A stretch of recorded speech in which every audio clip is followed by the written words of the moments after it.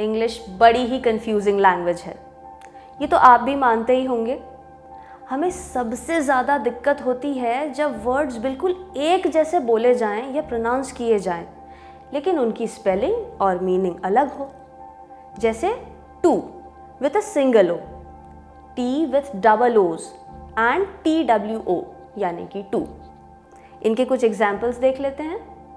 I want to watch that movie, to का use verb के साथ किया जाता है।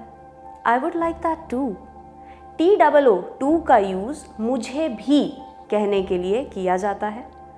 आई वॉन्ट 2 एप्पल्स यानी मुझे 2 एप्पल्स चाहिए। हेलो एवरीवन, आज हम बात करेंगे सेम प्रोनाउंसिएशन वाले वर्ड्स की जिनका मतलब अलग है।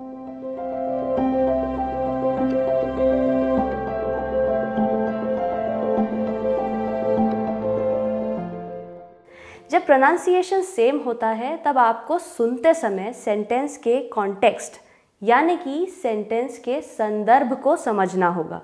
जैसे I want 2 apples two, 1 for me and 1 for my sister. यहाँ ये बात क्लियर हो जाती है कि मुझे भी 2 एप्पल्स चाहिए, एक मेरे लिए एक मेरी बहन के लिए। ऐसे वर्ड्स को हम होमोफोन्स कहते हैं, जो कि सेम साउंड करते हैं लेकिन इनकी स्पेलिंग और मीनिंग दोनों ही बिल्कुल अलग होती हैं। हमें इंग्लिश में इतनी दिक्कत इसीलिए होती है क्योंकि हिंदी में ऐसा नहीं होता। हम हिंदी में जैसा लिखते हैं उसे वैसा ही बोलते हैं और इसीलिए हिंदी एक फोनेटिक लैंग्वेज है और इंग्लिश फोनेटिक लैंग्वेज नहीं है। इस कन्फ्यूजन को दूर करने के लिए चलिए कुछ और एग्जाम्पल्स भी देखते हैं। BY, BUY और BYE। यहाँ BY बाय एक प्रोनाउन है जो किसी चीज़ की लोकेशन को इंडिकेट कर रहा है। जैसे he was standing by the tree यानी वो पेड़ के पास खड़ा था। BUY बाय ये एक वर्ब है जिसका मतलब होता है खरीदना। I went to buy some shoes. BYE bye ये एक एक्सक्लेमेशन है, जैसे टाटा बाय बाय। दूसरा एग्जाम्पल देखते हैं, BREAK ब्रेक और BRAKE ब्रेक।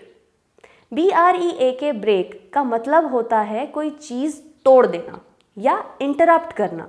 जैसे बी केयरफुल और यू विल ब्रेक इट या फिर टेक अ ब्रेक यानी आप जो भी काम कर रहे हैं उसे रोक कर या इंटरप्ट करके थोड़ी देर रिलैक्स हो लीजिए। वहीं BRAKE ब्रेक कार या बाइक में लगे हुए ब्रेक होते हैं जो गाड़ी को रोकने या स्लो करने के काम आते हैं। Example, he applied the brakes to stop his car. अब आते हैं नेक्स्ट एग्जाम्पल पे। DEER deer and DEAR dear. DEER deer यानी हिरण और DEAR यानी कोई आपका प्यारा चहेता। Example, hey dear are you okay now. DEAR का मतलब अनमोल भी होता है। My dear deer is very dear यानी मेरा प्यारा हिरण मेरे लिए अनमोल है। The next set of words are GRATE great and GREAT great. GRATE great का मतलब होता है कोई चीज़ कीसना, जैसे ग्रेट द कैरेट्स। और GREAT ग्रेट का मतलब होता है बड़ा महान, जैसे the great wall of China.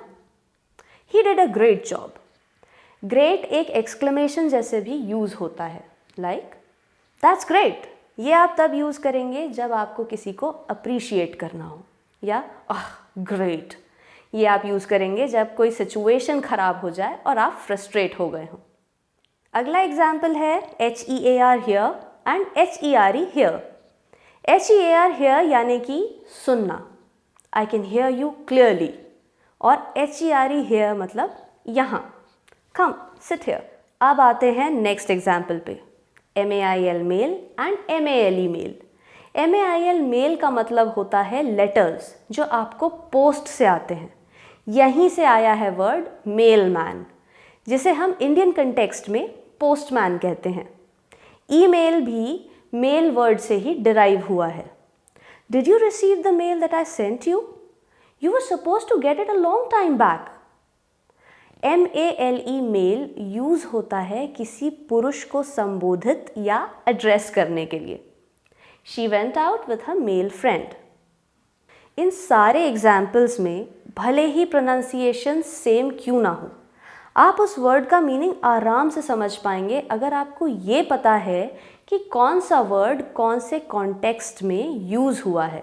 चलिए एक और एग्जाम्पल देख लेते हैं। WEE वीक और WEA वीक। WEE वीक यानी कि एक हफ्ता, he is on leave for a week.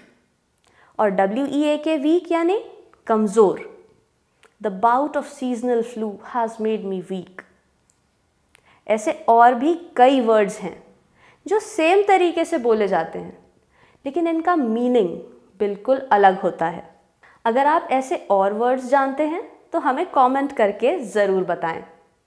I hope कि आपको ये वीडियो पसंद आया होगा और कुछ इंटरेस्टिंग भी सीखने को मिला होगा। प्लीज़ इस वीडियो को लाइक करें और शेयर करें। कम्युनिकेशन और इंग्लिश लैंग्वेज से रिलेटेड और वीडियोज़ के लिए एक्सप्रेस इंग्लिश चैनल को सब्सक्राइब करें और हमें इंस्टाग्राम और फेसबुक पर भी फॉलो करें। मिलते हैं अगले वीडियो में। I'll be back with some more interesting content. See you soon. Bye bye.